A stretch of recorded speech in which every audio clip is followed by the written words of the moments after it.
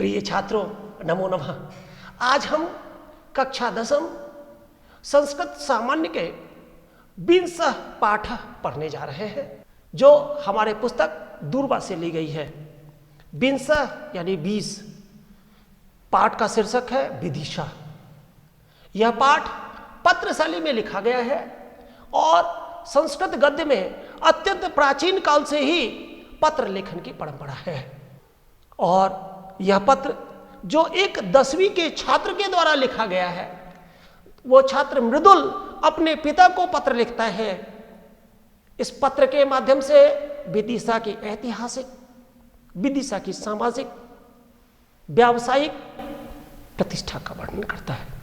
वास्तव में यह पत्र संस्कृत का एक अनमोल धरोहर पत्र है और इसका लेखक मृदुल प्रशंसा का पात्र है।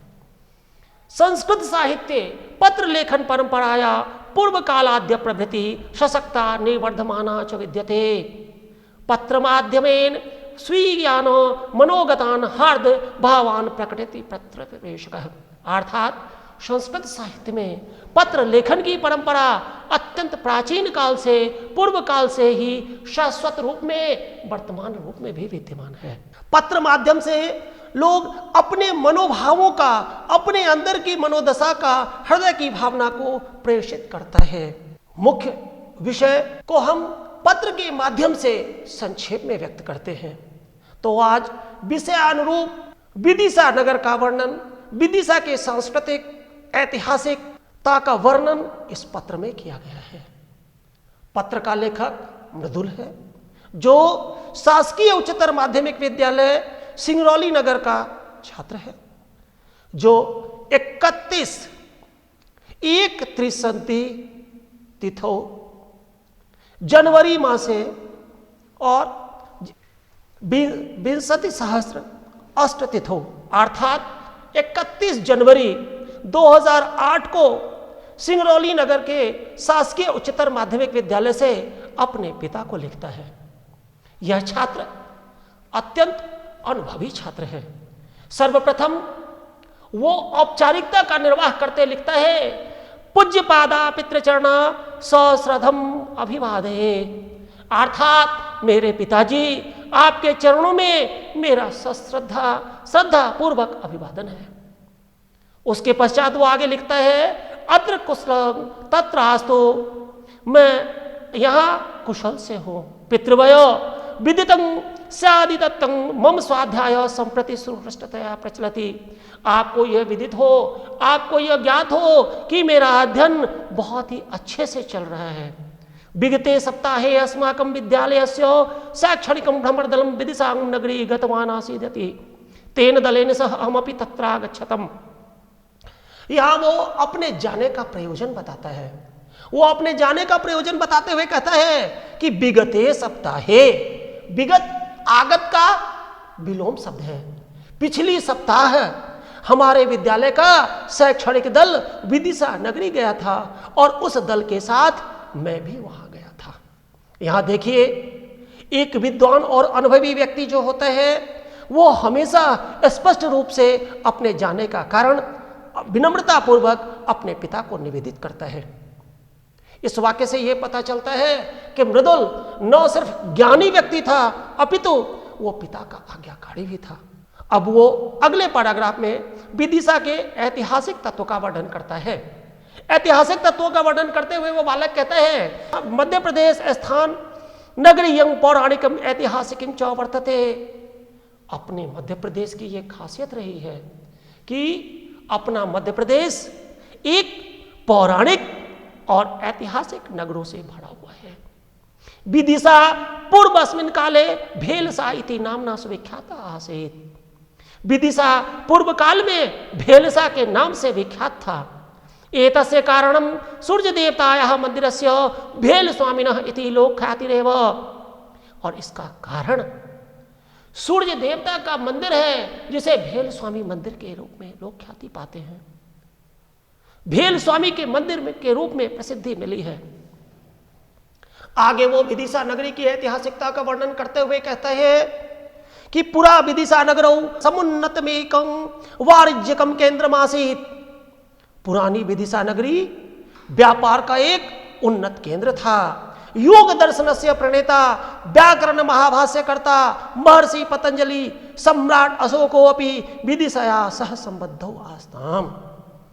अर्थात योग दर्शन को चलाने वाले, योग दर्शन के ज्ञाता महर्षि पतंजलि और सम्राट अशोक का भी विदिशा के साथ गहरा संबंध था। तो आपने देखा पहले पैराग्राफ में ये बालक विदिशा के ऐतिहासिक महत्व पर प्रकाश डालता है। वो अपने इसी बात पर जोर देते हुए कहता है कि पौराणिकी कथानुरूपम हे वंशीयाः राजानो अत्र राज्यम प्रकुर्वन्ते स्म। पौराणिक कथा के अनुरूप हे वंश के राजा यहां राज्य करते थे। आदि कविना वाल्मीकिना प्रणीतेन रामायण विज्ञायते यत त्रेता युगे शत्रुघ्नेन स्वकीयं पुत्रं सुबाहु नामानाम् अत्रात्यः शासक रूपेणाभिषिच्य प्रदेशमं स्वयत्तीकृतमासीत्। अर्थात आदि कवि वाल्मीकि द्वारा रचित जब हम रामायण का अध्ययन करते हैं तो रामायण से यह पता चलता है कि यहां त्रेता युग में शत्रुघ्न के बेटे सुबाहु इस राज्य के शासक के रूप में थे, प्रांताधिपति के रूप में शासन करते थे। कवि गुरु कालिदास गीत काव्ये मेघदूते पूर्व मेघे नगरे मीमांग दशार्ण देशस्य राजधानी यत्तेम अवर्णयत। और कवि गुरु कालिदास ने जो उपमा सम्राट है अपने मेघदूत के पूर्व मेघ में इसका वर्णन किया है। और इतने सारे उदाहरणों से यह स्पष्ट है कि विदिशा नगरी न सिर्फ अपने मध्य प्रदेश की बल्कि संपूर्ण भारत की एक ऐतिहासिक नगरी थी। इसका ऐतिहासिक महत्व अत्यधिक ज्यादा था। इस बालक के द्वारा किए गए कार्यों का अध्ययन करेंगे कि इस बालक ने क्या क्या किया। वो लिखता है सर्वप्रथम वयम सर्वे पुरातत्व संग्रहालय द्रष्टुम गच्छामः। मैंने सबसे पहले हम सभी पुरातत्व संग्रहालय देखने गए। पुरातत्व संग्रहालय का आर्कियोलॉजिकल सर्वे के द्वारा जो स्थापित होता है, म्यूजियम जिसे कहते हैं, वहां गए। तत्र कलात्मिकानां पाषाण प्रतिमानां अद्वितीय संग्रहो विद्यते। वहां विभिन्न प्रकार के कलात्मक पत्थर की प्रतिमाएं इन्हें देखने को मिली। बेसनगर मिताख्यस्य स्थल खनने समुपलब्धापि सामग्री वर्तते अत्रैव। यहाँ वेसनगर के स्थल में प्राप्त जो खनन हुआ, पुरातात्विक खनन किया गया, उससे उपलब्ध सारी की सारी सामग्री यहाँ पाई जाती है। अत्र यक्षस्य ग्यारसपुरस्य सालभभिभञ्जिकायाः सदाशिवस्य त्रिमुखनः शिवस्य च प्रतिमा संग्रहिताः सन्ति। अर्थात यहाँ यक्ष की, ग्यासपुर की से प्राप्त पत्थर की टूटी हुई सदाशिव अर्थात त्रिमुखी शिव की प्रतिमा यहाँ संग्रहित है।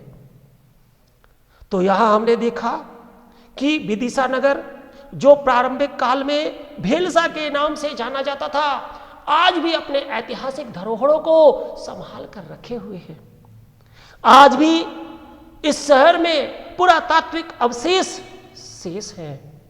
नगर्याः मध्ये लोहांगी स्मारको विद्यते। नगर के बीच में लोहांगी नाम का स्मारक है। अत्र संरक्षित शुंगकालीन शीर्ष स्तंभावशेष कलात्मक दृष्टया अपूर्व। अर्थात यहां संरक्षित शुंगकालीन शीर्ष स्तंभ के अवशेष कलात्मक दृष्टि से अपूर्व है। अब आगे यह बालक उस नगर के चारों ओर स्थित चीजों का वर्णन करता है। सबसे पहले वो लिखता है कि अस्याः उत्तर पश्चिम दिशि दुर्गाभ्यंतरे स्थितमस्ति बीजा मंडलम। अर्थात इसके उत्तर पश्चिम दिशा में बीजा मंडल है।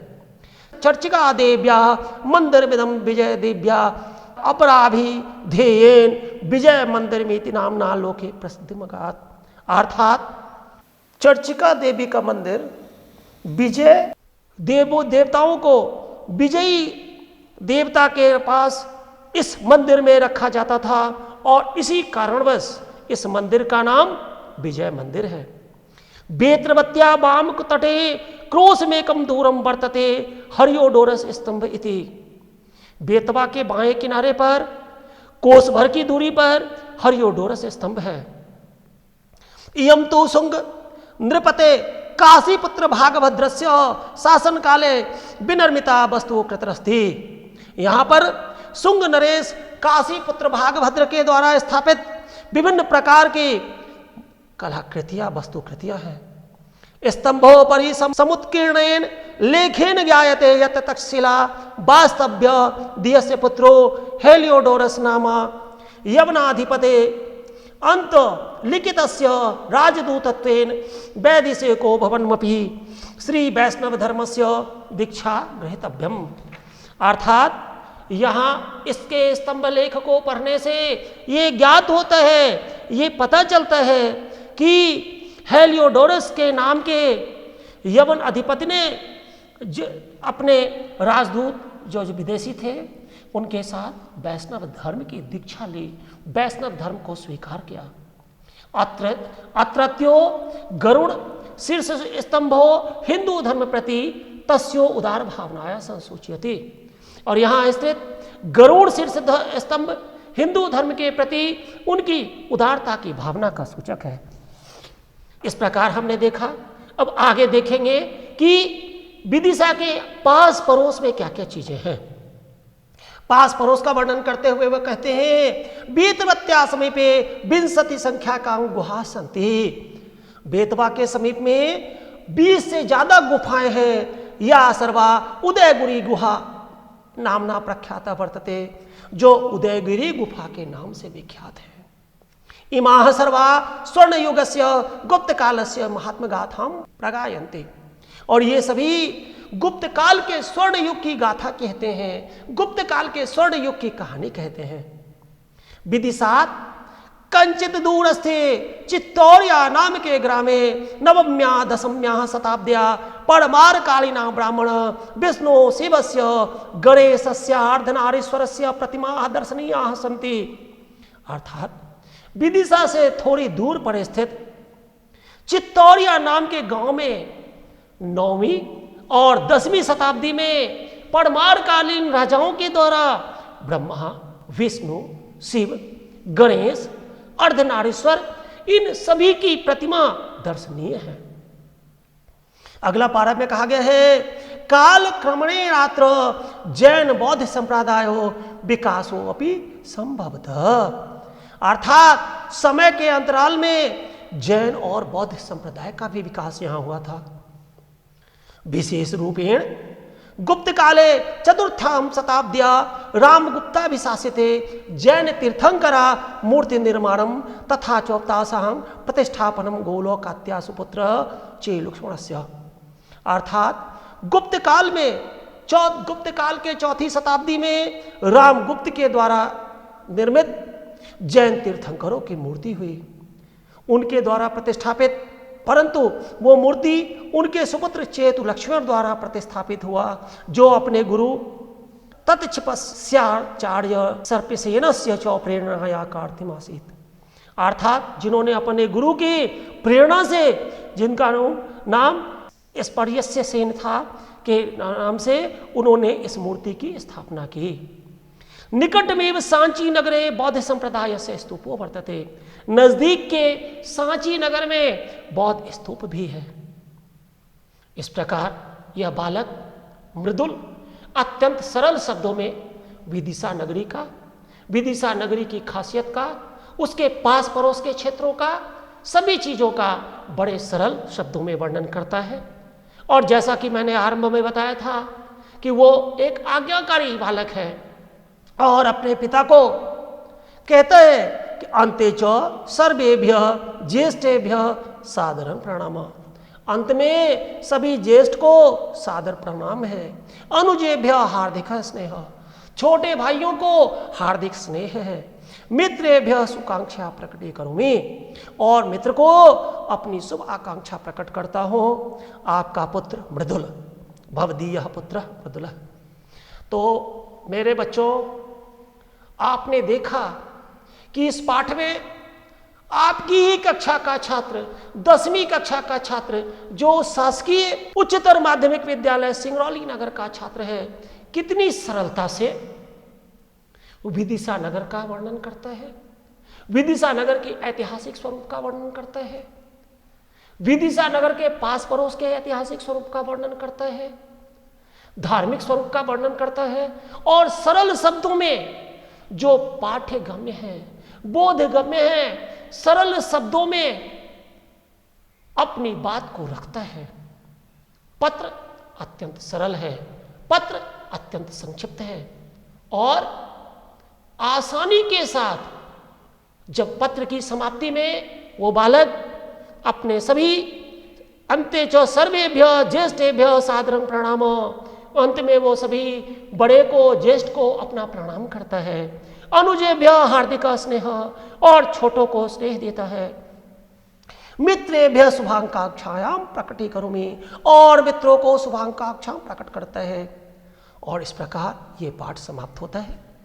इस पाठ में हमने पत्र शैली का एक अद्भुत उदाहरण देखा। आप लोगों ने देखा कि किस प्रकार से सरल शब्दों में बालक मृदुल ने विदिशा नगरी का वर्णन किया।